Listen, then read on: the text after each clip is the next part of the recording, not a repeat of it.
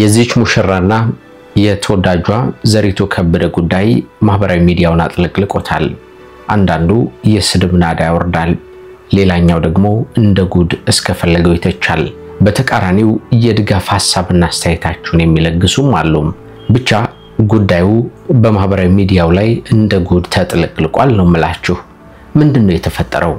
በዚች ሙሽራ ላይ የሚሆን በዘሪቱ ላይ እየደረሰ ያለው የስድብ ናዳ ምንድነው? ምክንያቱ የተፈጠረበት ነገርስ ምን ይሆን? በተለይ ዘሪቱ ከበደ ላይ ያነጣጠረው ይህ ነገር መነሻው ከምንድነው? ይህንን ሐሳብ ተከትሎ ደግሞ ከግራም ከቀኝም እየተሰጠ የሚገኘው ልዩ መልእክትስ ምን ይመስላል? በዝርዝር ልንነግራችሁ እንዲህ ተገናኝተናል። እንደምናችሁ የምንወዳችሁና የምናከብራችሁ የጎራ ስቱዲዮ ቤተሰቦቻችን፣ ቻናላችን ወቅታዊ፣ ማህበራዊ፣ አዝናኝና አስተማሪ ሆኑ ልዩ ታሪኮችን እየዳሰሰ ወደ እናንተ ውድ ተመልካቾች የሚያቀርብ ሚዲያችን እንደሆነ ይታወቃል። ከኛ ጋር ቆይታችሁን ስታደርጉ ቻናሉን ሰብስክራይብ አድርጉ። ሐሳብ አስተያየታችሁን ደግሞ በዚሁ በኮሜንት ላይ አኖሩልን፣ አሊያም ደግሞ ስክሪን ላይ በተቀመጠው ስልክ ደውሉልን። ጌታቸው በላይ የዛሬውን መሰናዶ እንደ ሁል ጊዜው አብሬያችሁ ወደ እናንተ እያደረስኩ ቆይታ አደርጋለሁ። ወደ ዝግጅቱ እንሻገር። ህልሞን በቅናሽን ሽጥሎ በብዙ ነዋሪዎች ምቹ በሆነችው አያት መንደር ግንባታቸው ከ70% በላይ የደረሱ አፓርትመንቶችን በ10% ቅድመ ክፍያ እንዲሁም 35% ቅናሽ አዘጋጅተን እየጠበቅኑት ነው። በዚህ ቅናሻችን በካሬ 71500 ብር አድርገነዋል። ከዚህ በተጨማሪ ሶስተኛና የመጨረሻ ሳይታችን በውቢቷ ፒያሳ ከ693000 ብር ቅድመ ክፍያ ጀምሮ 30% ቅናሽ አድርገን ከባለ 1 እስከ ባለ 3 መኝታ ቤቶችን ይዘንሎት ቀርበናል። ይህን የመኖሪያ አፓርትመንት ሲመርጡ የልጆች መጫወቻ፣ ፓርኪንግ፣ መብራትና ውሃ አያስጨንቆትም።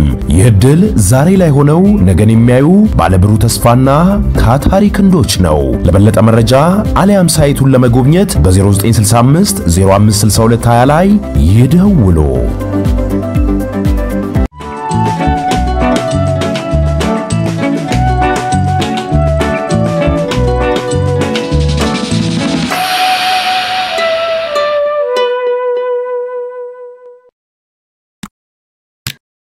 የዚህኛው ሙሽራ ጉዳይ እንኳን እንዲያው ከዘሪቱ ጉዳይ ጋር የሚመሳሰል የሆነ ነጥብ ስላለውና በማህበራዊ ሚዲያ ላይ አጀንዳ ከሆኑ ጉዳዮች መካከል አንዱ ስለሆነ ወደ ዘሪቱም የሚያንደረድረን ሐሳብ ስለሆነ እንጂ ዋናው ጉዳያችን ከዘሪቱ ከበደ ጋር የተገናኘ ነው። እቺን ወጣት ከዚህ በፊት በፍቅር ግንኙነት አብሯት የነበረ ወጣት የታገቢኛለሽ ጥያቄ ይጠይቃል።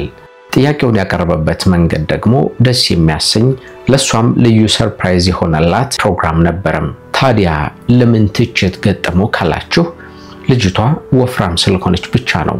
ወፍራም መሆን ይህን ያክል የሚያስፎግር ሙድ መያዣ የሚሆን ነገር ነውን? እውነትም ያጠያይቃል። ነገር ግን የኛ ሰው መተቸቱን ስራይ ብሎ ይዞታልና በውፍረቷ እንዲየተቿት ይገኛሉ። በዚያው ልክ ግን እንኳን ደስ ያለሽ የሚሉ መልካም ሐሳብ ያላቸው ሰዎች እንዳሉ ሆነው ማለት ነው። ይህ ጉዳያችን ወዴት ያመራ ነው? እያንዳንዱን የምንመለከተውን ነገር አቃቂር ያወጣን በትችትና ሙድ በመያዝ ጊዜያችንን ካጠፋን ምኑ ላይ ነው ቁም ነገራችን የሚለው ለሁላችንም አሳሳቢ የሆነ ጥያቄ ሆኗል። የዘሪቱ ከበደ ጉዳይ ደግሞ ከዚህ ለየት ያለ ቢሆንም ነገር ግን ብዙ ትችት፣ ብዙ ስድብና ሙድ የተያዘበት ጉዳይ ስለሆነ ነው ከዚህኛው ጋር አገናኝተን የምንነግራችሁ። እንደምታውቁት ተወዳጇ ዘሪቱ ከበደ እጅግ የተዋጣላት ድምጻዊት የነበረች ናት። ድንቅ የሚባሉ የሙዚቃ ስራዎችን ለአድማጭ ተመልካቾች በማድረስም ለየት ባለው አዝያዝያሟናም የግጥም ስታይሏ በመምጣትም እጅግ ተወዳጅ የሆነች ድምጻዊት ሆና ቆይታለች በዘመኗ። ከዚያ ባሻገር በሰራቻቸው ድንቅ ፊልሞች ላይ ደግሞ የሚያስገርም የትወና ብቃቷንም በማሳየት ተወዳጅነቷ ከፍ ያለና ሁለገብ አርቲስት መሆኗንም ማስመስከር የቻለች ናት።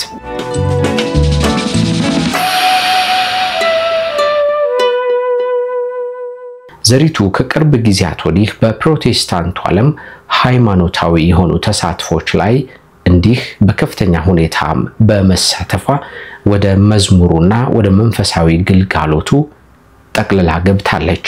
የመጀመሪያ ልጇ ህይወቱ በማለፉ ምክንያት በበርካቶቻችን ጉዳዩ አሳዝኖን እሷም እንዴት ትችለው ይሆን እያልን ብዙዎቻችን ስናዝንላት የሚያበረታ ጸሎትና ዱዓችንንም ስናደርስላት እንደቆየን የቅርብ ጊዜ ትዝታ ሆኖ እንዲህ እናስበዋለን።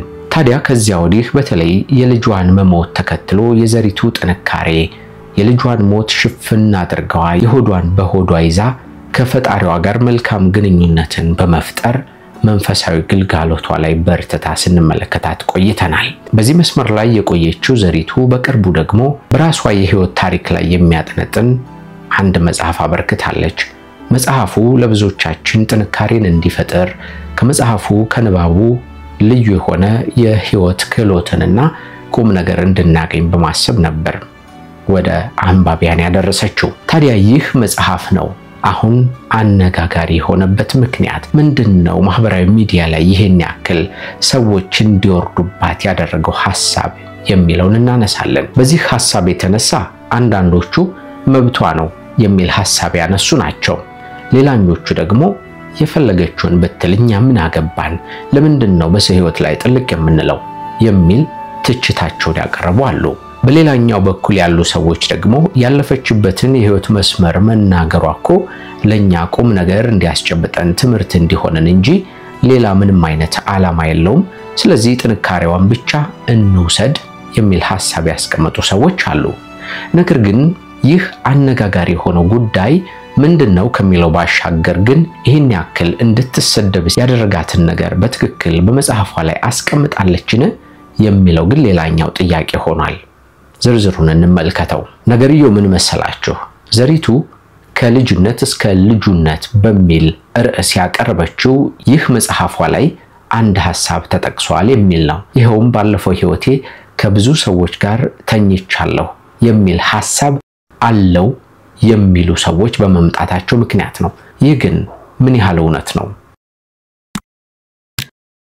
ዘሪቱ ከበደ ከብዙ ወንዶች ጋር ተኝቻለሁ አላለችም በማለት ጽዮን ታምራትን በመጥቀስ በፌስቡክ ገጹ ላይ ያሰፈረልን ናቲ ማናዬ ነው። ጋዜጠኛ ናቲ ማናዬ በሐሳቡ ይቀጥልና የዘሪቱ ከበደን መጽሐፍ አንብቤዋለሁ፣ በርግጥ ዋጋው እንጂ ብዛቱ ያን ያክል ነው። ዘሪቱ ከበደ መጽሐፍ ላይ አሁን የሚዘዋወረው በተለይ ከብዙ ወንዶች ጋር ተኝቻለሁ የሚለው ሐሳብ በፍጹም ያልተጻፈናም እሷም ይህንን ያልጠቀሰች መሆኑን ልገልጽ እፈልጋለሁ የሚል ነው ይሄው ሐሳብ።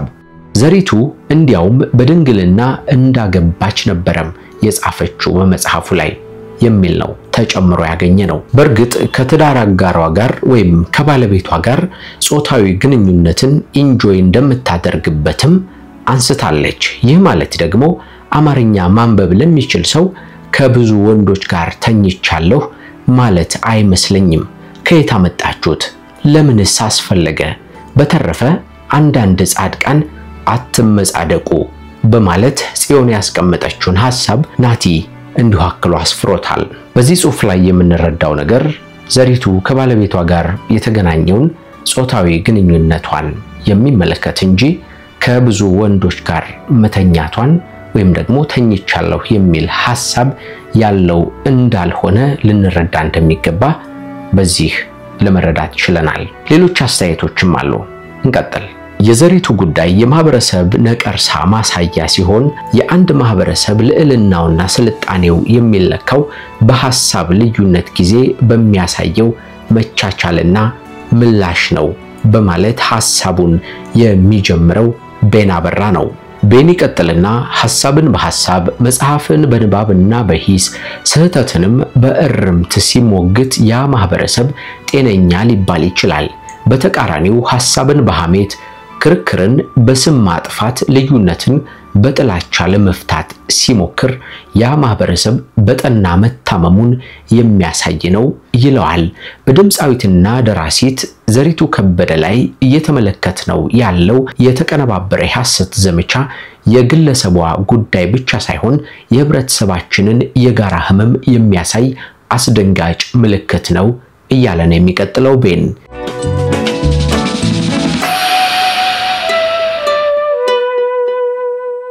ከልጅነት እስከ ልጁነት በተሰኘው መጽሐፏ ውስጥም ፈጽሞ ያልተጻፉ ከብዙ ወንዶች ጋር ተኝቻለሁ የሚል ርካሽና መሰረተ ቢስ ውንጀላ ፈጥሮ ማሰራጨት የዘመቻ አድራጊነታችን የሐሳብ ድህነት ብቻ ሳይሆን የህሊና ኪሳራንም ጭምር የሚያጋልጥ ነው። ታዲያ ችግሩ ምንድነው? ችግሩ ዘሪቱ ላይ የተሰነዘረው ውሸት ብቻ አይደለም። ችግሩ ይህንን ውሸት ያለምንም ማረጋገጫ ለመቀጠልናም ለማስተጋባት የተሰለፈው የህብረተሰብ ክፍል ነው በማለት ነው ቤሊ ሐሳቡን የሚያስቀምጠው። በዚህ ሐሳብ ላይ ለመረዳት የቻልነው በርካቶቻችን በማህበራዊ ሚዲያ ላይ የሚሰራጩ ወሬዎችን ሳናጣራ እንዲሁም ምንጫቸው ከየት እንደሆነ እንኳን ሳናውቅ በደፈናው እንደምናሰራጫቸውና በርካታ ሰዎች ስለተቀባበሏቸው ደግሞ እውነት መስሎ የሚታየን እንደሆነ ነው። ቤና በራ በሐሳቡ ይቀጥልና ከሁሉም በላይ ልብን የሚሰብረው ደግሞ የዚህ ዘመቻ ሰብአዊነት የጎደለው ገጽታ ነው ይላል።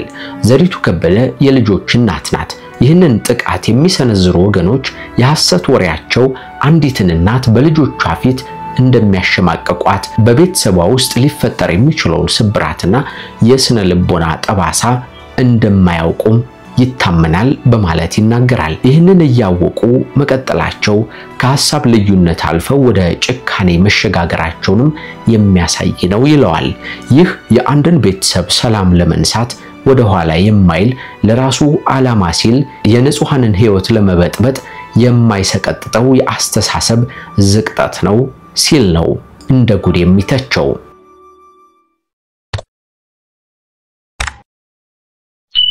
ቤን ባስቀመጠው በዚህ የሐሳብ ትችት ላይ እጅግ የገረመኝን ደግሞ ከዚሁ ቀጥለን እንስማው። የዘሪቱ ከበደ ጉዳይ የግል ጥቃት አይደለም፣ የማህበረሰብ መስታወት ነው። ፊታችን ላይ ያጠላውን የጥላቻ የውሸትና የድንቁርና ማቅ የሚያሳየን መስታወት። ይህንንም መስታወት ሰብረን መጣል አንችልም። ማድረግ ያለብን በመስታወት ውስጥ የሚታየውን አስቀያሚ ገጽታችንን መጋፈጥና ለማስተካከል መወሰን ነው ሲል ነው የሚያስቀምጠው። ዛሬ በዘሪቱ ላይ የሆነው ነገር ነገ ላይ በማንኛውም ሐሳቡን በተለየ መንገድ በገለጸ ሰው ላይ ሊሆን የሚችል። ስለዚህም ይህንን የጥላቻ ዘመቻ ማውገዝ ማለት ለዘሪቱ መቆም ብቻ ሳይሆን ለእውነት፣ ለፍትህና ለሰብአዊነት መቆም ማለት ነው። ያለበለዚያ ራሳችንን እየበላን የምንጨርስ የበሰበሰ ማህበረሰብ እንሆናለን ሲል ነው ቤና በራ ሐሳቡን ያስቀመጠው። በተወዳጁ አርቲስት ዘሪቱ ከበደ ላይ የተነሳውን ይህንን የሐሳብ ፍጭት እንዴት ተመለከታችሁት? እናንተ ደግሞ ሐሳባችሁን በኮሜንት ላይ አስቀምጡልን፣ ወይም ደግሞ ስክሪን ላይ በተቀመጠው ስልክ ብትደውሉልን ልንቀበላችሁና ልንወያይበት የምንችለው ጉዳይ ነው። እጅግ የምንወዳችሁና የምናከብራችሁ የጎራ ስቱዲዮ ቤተሰቦቻችን በተለያየ ዓለም ክፍል ሆናችሁ እኛን ተቀዳሚ ምርጫ በማድረግ ስለምትከታተሉን እጅግ አድርገን ነው የምናመሰግናችሁ። ቻናላችን እንደምታውቁት እንዲህ ያሉትን ወቅታዊ፣ ማህበራዊ፣ አዝናኝና አስተማሪ የሆኑ ልዩ ታሪኮችን እየዳሰሰ ወደ እናንተ ወደ ተመልካቾቹ የሚያቀርብ ሚዲያችን ነው። ታዲያ ሰብስክራይብ ማድረጋችሁን አትዘንጉ። ቪዲዮቻችንንም ላይክ አድርጓቸው። በሚቀጥለው ደግሞ በሌሎች መሰናዶች እንደገና ተመልሰን እንገናኛለን። ጌታቸው በላይ ደግሞ እንዲህ መሰናዶን እያሳለጥኩት አብሬያችሁ ቆይታ አድርጌያለሁ። መልካም ጊዜ ለሁላችን።